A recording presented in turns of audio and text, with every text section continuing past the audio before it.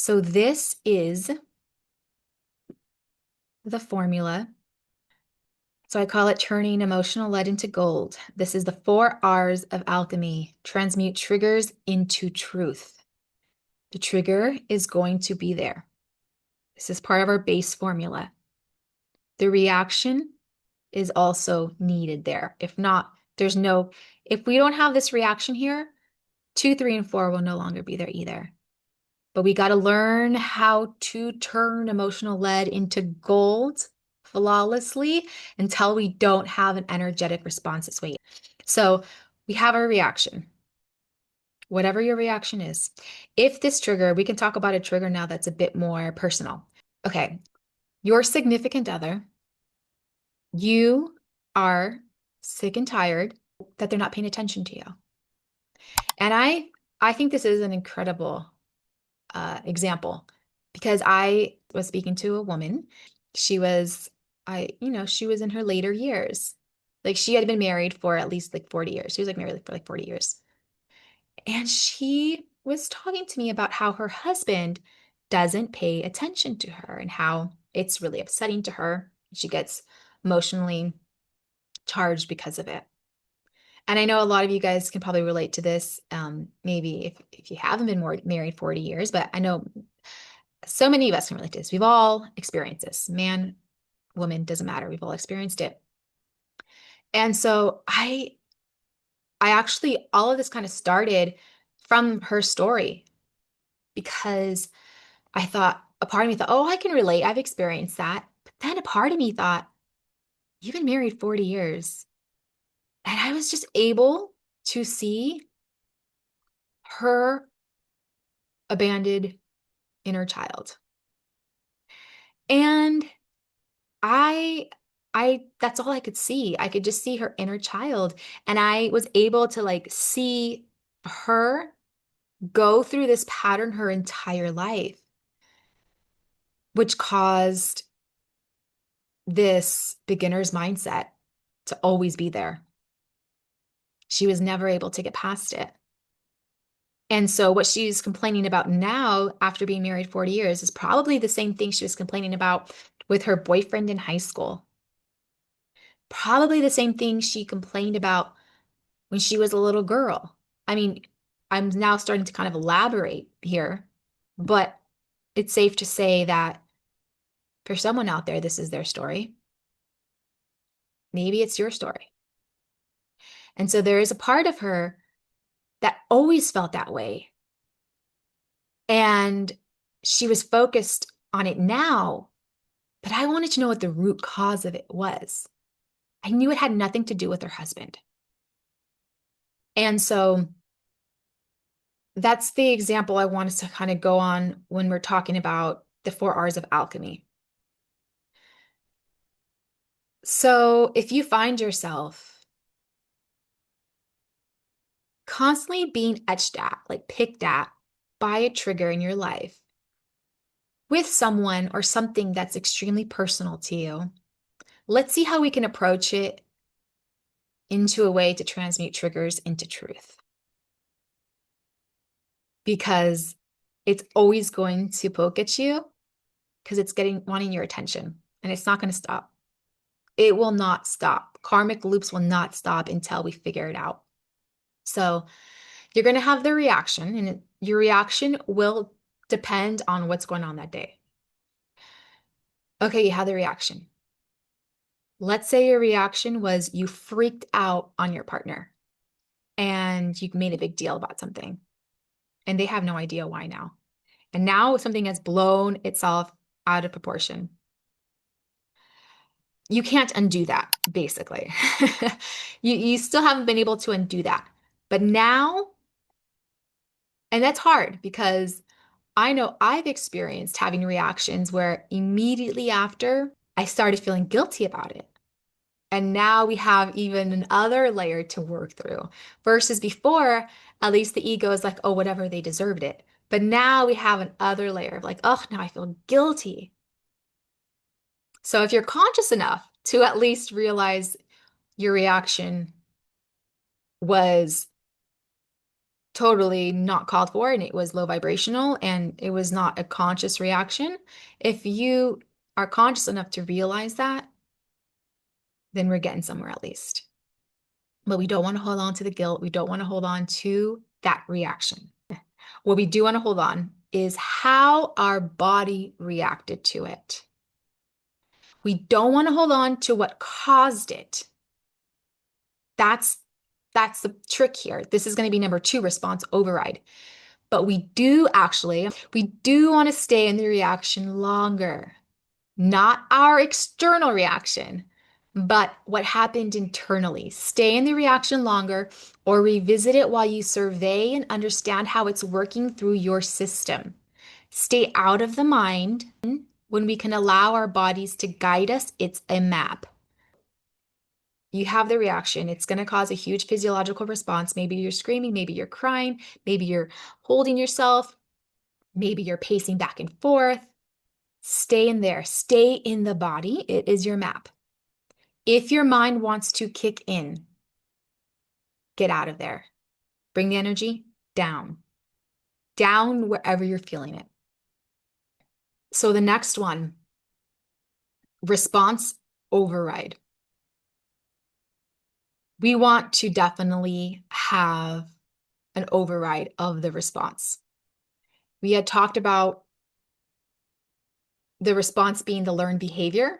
If you're responding with your partner the way maybe your parents would respond to each other when they were fighting. So override the urge, override the habit. It's more of a habit of how your programmed response would usually go into default.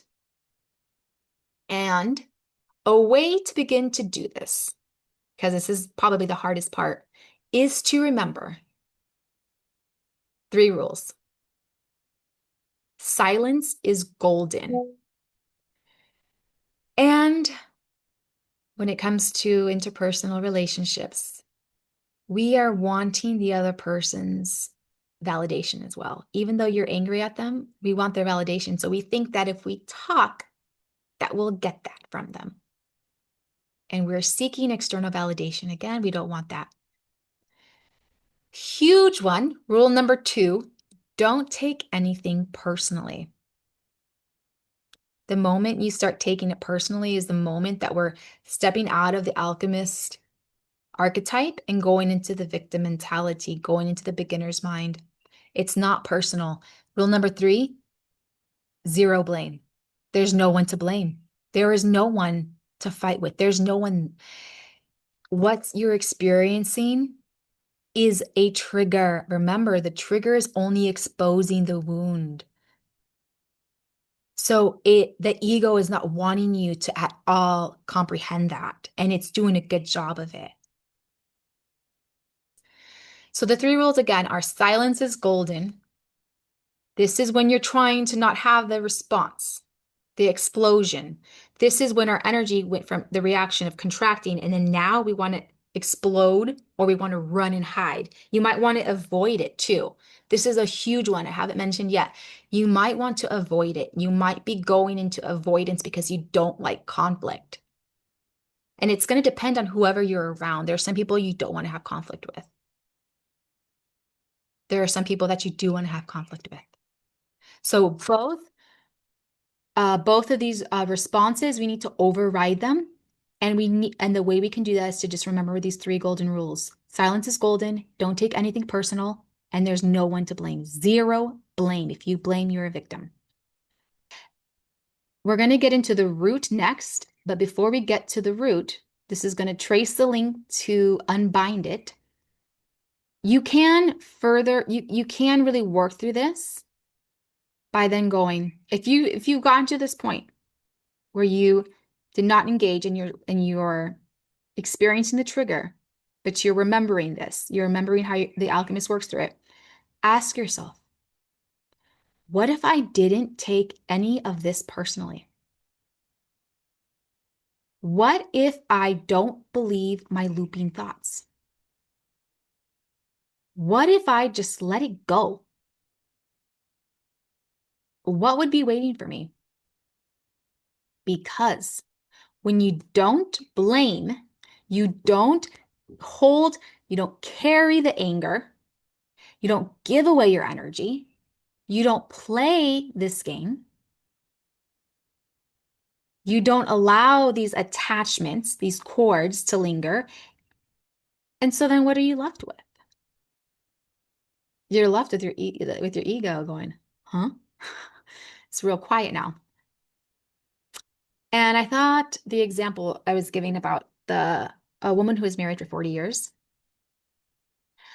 I thought, because I've experienced this as well with the whole, oh, not getting enough attention in the relationship and all this.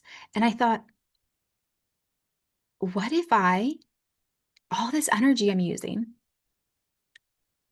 what if I just tried to realize what I'm actually experiencing here if I did the exercise and I went internally without having any anger towards the partner or whoever, without having any blame towards them, without carrying the weights of all of that comes in, all those implications that come in from this trigger. Maybe I caused the trigger.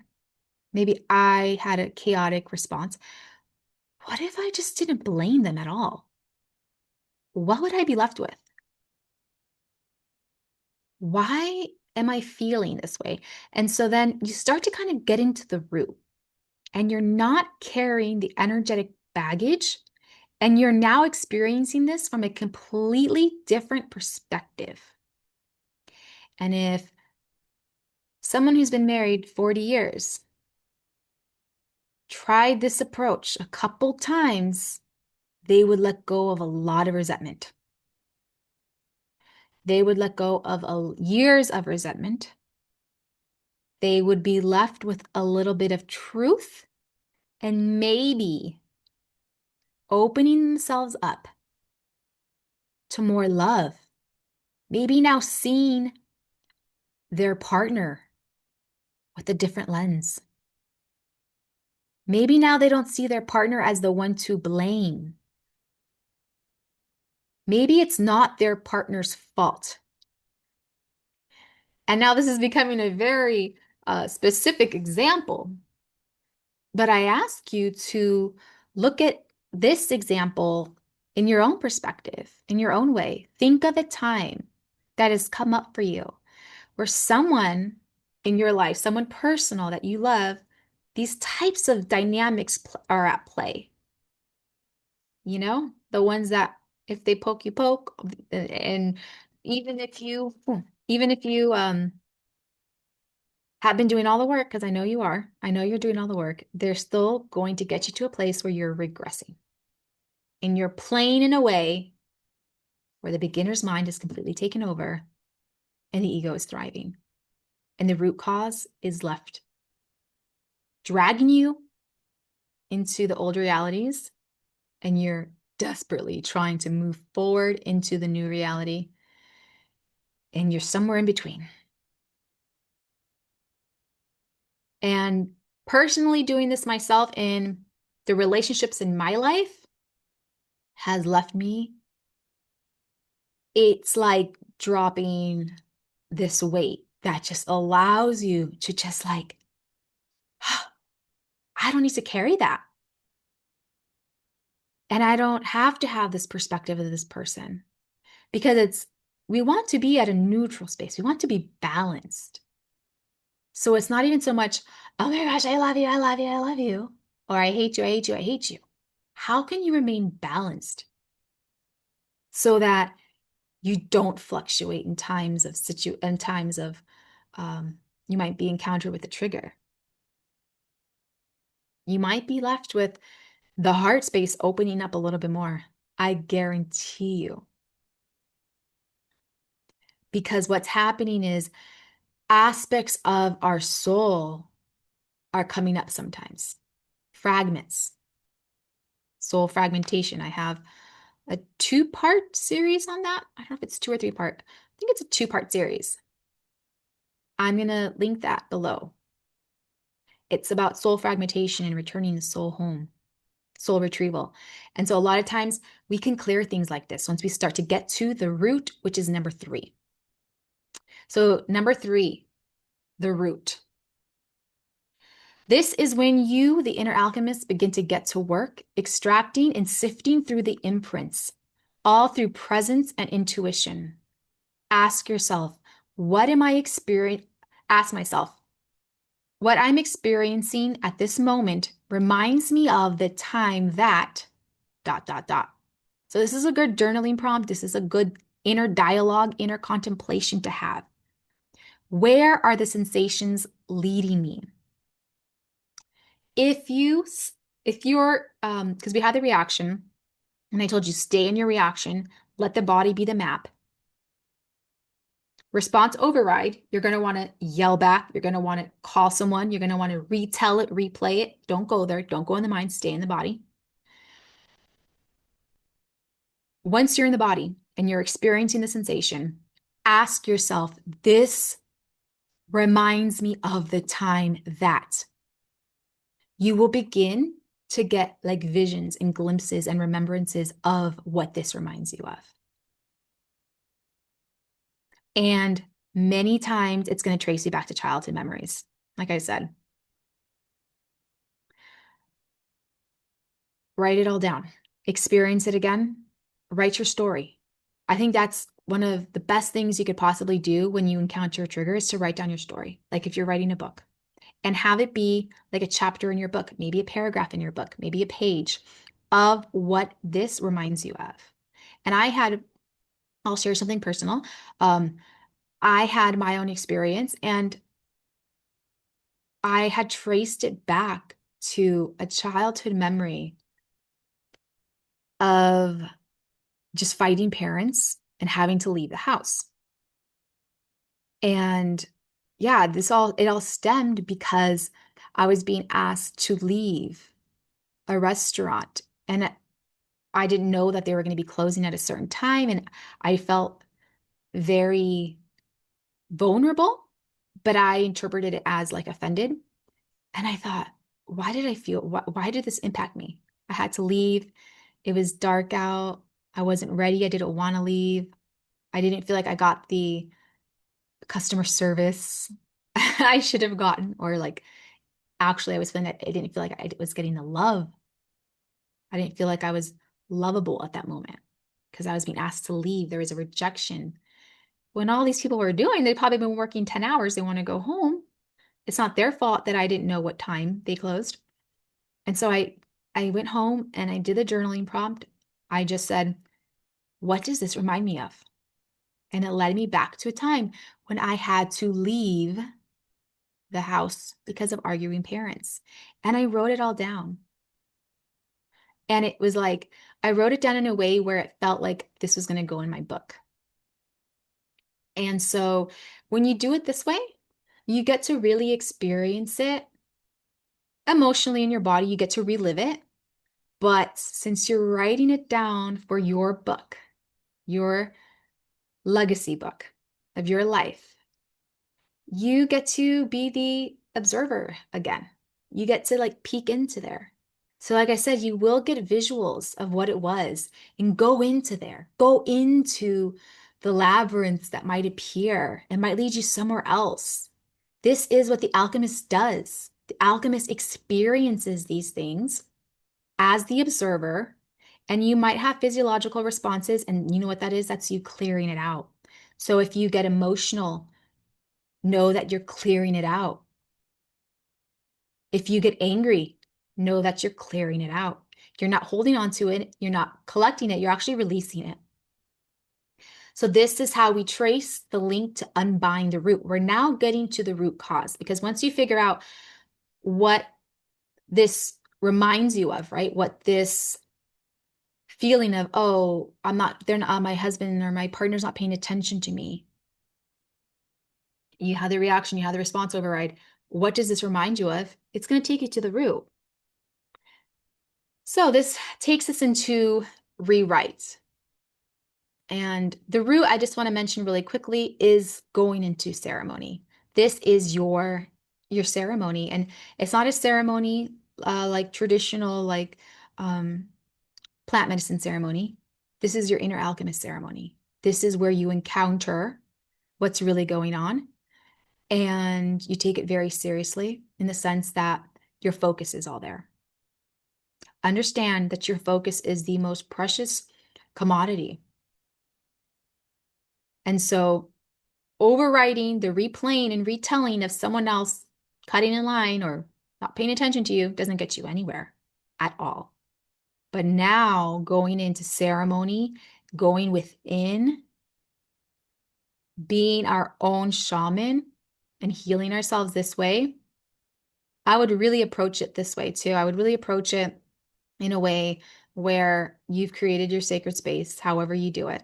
And if you feel comfortable and go at it this way, this is where you break the karmic loops. And number 4, this is where you begin to rewrite it. So let's say you've traced back the root to a childhood, somewhere in your childhood. We want to now integrate that aspect within ourselves. And since you are doing the spiritual work behind the scenes too, just because this trigger came does not take away from that. You might regress a little, but it does not take away from that. So no shame, no guilt, all of that does not exist here. And if you have to write that down to remind yourself, because like I said, silence is golden, don't take anything personally, and zero blame. Also, no shame, guilt, or fear. Just none of that. If you work through this, however you reacted, it will nullify. You will clear it out karmically, and your partner or how others perceive you will change as well. You just have to give it time. But with rewrite, this is the last phase. So you've got a hold of the root, and now you've released it. You've allowed it. You've shown it the light. You served it the light. Your consciousness is there. How do you approach the inner child? So after you're journaling and writing this down or going over it deeply within yourself, your inner dialogue, what can you do for that aspect of yourself? This is where we rewrite. We rewrite our history, and we take control. This is what the sovereign does. This is what the alchemist does. So child trauma integration, rewrite the memories. And if you're ready, call the soul home. So after you start to rewrite the memories, what that means is whatever memory comes up, rewrite it in a way that would have lifted up your soul at that time. Rewrite it so that it never happened that way. So for example, I never had to leave my house. I was safe. I was loved. This was a very big one. Also with let's say you were feeling like your partner's not paying enough attention. It led back to childhood. Your dad never gave you enough attention, or your mom never gave you enough attention. Maybe all those times they missed your baseball games, they missed your dance recitals. Maybe they showed up. Maybe they came with a big smile. Maybe you got flowers. Maybe you got pizza after. Rewrite it. Have fun exploring that with your inner child. Because if the people in your external reality were conscious enough, soul-based enough, healed, integrated enough, able to love themselves enough, they would have done that. And so in essence, you're rewriting that timeline. Even if it's just that one example of not getting that attention, or maybe they never showed up for you when you needed it. You're rewriting it. You're actually breaking karmic loops on a crazy level. It's really powerful because what's going to happen is it's going to catch up with you in this timeline and take you into a higher timeline because you have rewritten